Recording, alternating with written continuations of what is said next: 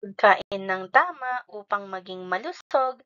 Health 1, Quarter 1, Week 5. Itaas ang masayang mukha kung sang-ayon ka sa pahayag at malungkot na mukha naman kung hindi. Una, ako ay kumakain ng gulay na inihahain ni nanay. Okay, masayang mukha. Kailangan ng ating katawan ang gulay dahil ito ay masustansya. Pangalawa, umiinom lamang ako ng tubig kung ipapaalala sa akin ng aming guro. Mali. Dahil ang pag-inom ng tubig ay dapat nasa 8 o 10 baso ng tubig.